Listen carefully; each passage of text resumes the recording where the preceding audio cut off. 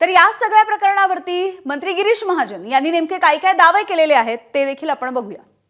मुलींना गोमांस खायला घालणं, त्यांना महिनाभर रोजे पकडायला लावायचं, त्यांना नमाज पडायला लावायची आणि धर्मांतरण करायचं, म्हणजे हा प्रकार खरं म्हणजे अशी कल्पनाही करता येत नाही। आणि एवढ्या मोठ्या कंपनीमध्ये अशा पद्धतीने सगळे हे त्या ठिकाणचे लोक करतायत, काही अधिकारी करतायत, काही वरिष्ठ अधिकारी आहेत त्या ठिकाणी महिला, त्यांच्याकडे तक्रार करून सुद्धा त्यांनी या संदर्भामध्ये कुठली दखल घेतलेली नाही।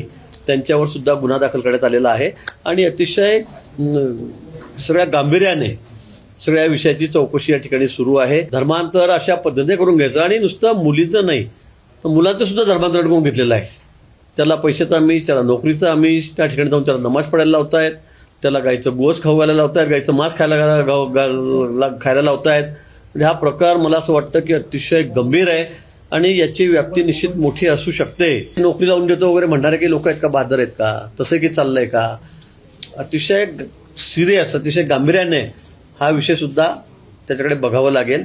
आणि मी पुन्हा सांगेल की इतर कंपन्या ज्या आहेत त्या ठिकाणी सुद्धा खूप लक्ष घालण्याची गरज आहे, खूप लक्ष घालण्याची गरज आहे। कारण मला वाटतं हे सगळं रॅकेट आहे।